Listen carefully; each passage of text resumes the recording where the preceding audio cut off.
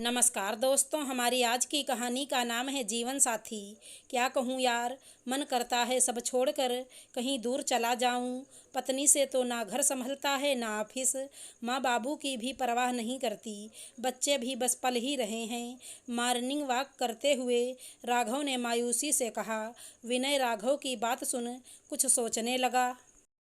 राघव की बात अभी जारी थी। तेरी जिंदगी अच्छी है यार, मीरा भाभी तो घर और बाहर सब अच्छे से संभाल लेती हैं। तू सच में भाग्यशाली है। हाँ वो तो हैं। अच्छा सुन, तेरी तो आज छुट्टी होती है ना, आज मेरे घर चल, साथ नाश्ता करेंगे। तेरा मूड भी ठीक हो जाएगा और शायद तुझे अपनी समस्या का हल भी मिल जाए। विनय ने जोर दिया तो राघव भी साथ चल दिया। घर जाते हुए विनय ने रास्ते में ब्रेड, दूध, सब्जियां और फल खरीदे। लगभग 7 बजे वो विनय के घर पहुंचे तो विनय के माता पिता डाइनिंग टेबल पर बैठे चाय पी रहे थे। उन्हें देख मीरा ने हंसकर स्वागत किया और फिर झट से 3 कप चाय बना लाई। चाय खत्म होते ही विनय और मीरा दोनों ही रसोई में घुस गए। राघव विनय के माता पिता से इधर उधर की बातें करता रहा, पर उसका सारा ध्यान किचन की तरफ ही रहा। मीरा रोटी बना रही थी। दाल सब्जी चावल ये सब वो पहले ही बना चुकी थी। इस बीच विनय ने ब्रेड टोस्ट बनाए और दूध गर्म कर 2 गिलास में भर दिया था। बच्चों के टिफिन में रोटी सब्जी और फल भी विनय ने ही पैक कर दिए। 1 मिनट में बच्चे भी वहाँ आ गए। बच्चों ने नाश्ता ख़त्म किया तो विनय उन्हें ले बस स्टॉप तक छोड़ने चल पड़ा। इस बीच मीरा ने अपना और विनय का टिफिन पैक किया और नाश्ते के लिए पोहा और ढोकला बना दिया। फिर वो नहाने चली गई। जैसे ही विनय वापस आया, उसने अपने माता पिता से बताया, आज सिंघाड़े लाया हूँ, आपको बहुत पसंद है ना। मेथी बथुआ भी लाया हूँ। शाम को आज मेथी के पराठे और बथुए का रायता कैसा रहेगा। बहुत सही किया तूने। मैं और तेरी माँ दिन में पत्ते तोड़ तैयार रखेंगे। कल भी पालक और मेथी ले आना। सर्दियों में ही तो अच्छी हरी सब्जी खा सकते हैं, पिता ने मुस्कुराकर जवाब दिया। बस ऐसी ही छोटी मोटी बातें हंसी खुशी करते हुए कुछ समय बीता। बातें करते करते विनय ने टेबल सेट कर दी थी और नाश्ते के लिए फल भी काट दिए थे। राघव ने बहुत मना किया, पर विनय ने थोड़ा सा हलवा भी बना लिया। अरे भाई, मेरे हाथ का हलवा खाएगा तो फिर किसी और के हाथ का हलवा पसंद नहीं आएगा तुझे। विनय की बात सुन राघव झेप गया था।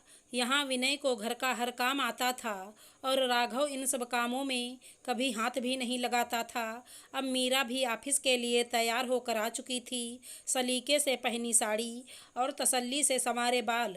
राघव को अपनी पत्नी मानसी का कुम्हलाया चेहरा, बस किसी तरह लपेटी हुई साड़ी और बिखरे से बाल याद आ गए। यहाँ विनय घर के हर काम में मीरा का साथ दे रहा था, वहाँ उसके अपने घर में सब काम मानसी को ही करना पड़ता था। नाश्ता खाना बनाना, टिफ़िन पैक करना, बच्चों को बस तक छोड़ना, सब्जी सौदा लाना, सब वो बेचारी अकेले ही किसी तरह करती है। तो खुद और उसके माँ बाबूजी बस उसे ताने ही तो देते रहते हैं। मेथी के पत्ते तक वही खुद तोड़ती है। शायद इसीलिए अब वो ज़्यादातर वही सब्जियाँ लाती है जो झटपट कट जाएं, जैसे लौकी, आलू या सीताफल। मेथी के पराठे और बथुए का रायता खाए तो जमाना बीत गया।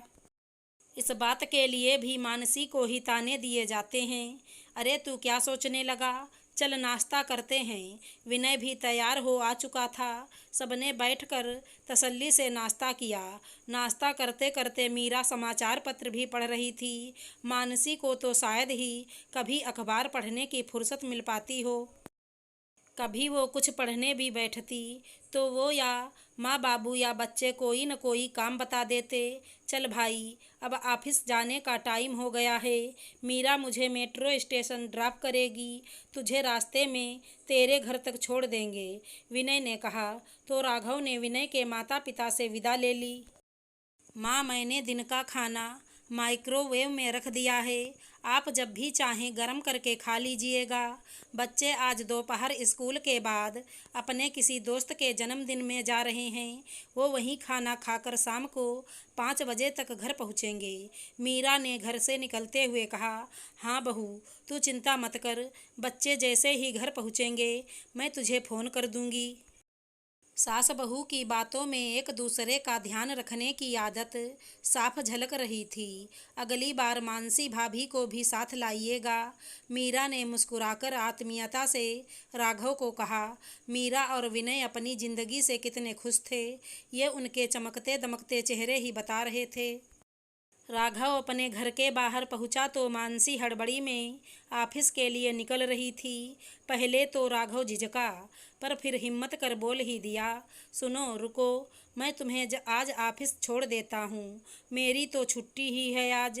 रास्ते में मुझे ये भी बता देना कि क्या क्या फल सब्जी खरीदनी है, मैं दिन में ले आऊँगा।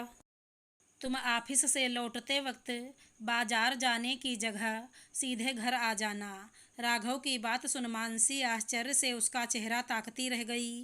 राघव गुनगुनाते हुए गाड़ी की चाबी लेने चल पड़ा। आज शाम को वो अपने हाथों से खिचड़ी और रायता बनाकर रखेगा। खाना खाने के बाद मानसी के साथ ही टहलने जाएगा। हर काम सिर्फ और सिर्फ मानसी ही करे। अपनी इस पुरानी सोच के चलते वो शादी के 12 साल बर्बाद कर चुका। पर अब उसे भी मानसी को वापस उसी पुराने रूप में देखना है। वही मानसी जो साड़ी और हल्के मेकअप में उसे पहली नज़र में ही भा गई थी, जिसे फिल्में, किताबें, नाटक, दुनिया की हर बात में दिलचस्पी थी। मुश्किल से 5 घंटे की नींद पूरी कर मानसी पूरे दिन बस एक गुलाम की तरह काम ही काम करती रहे। ये सोच बदलनी ही पड़ेगी। पहले वो खुद को बदलेगा, फिर माँ बाबू और बच्चे भी धीरे धीरे बदल ही जाएंगे। शादी के 12 साल बाद आखिर राघव मानसी का जीवन साथी बन ही गया। आशा करती हूँ हमारी कहानी अच्छी लगी होगी। धन्यवाद दोस्तों।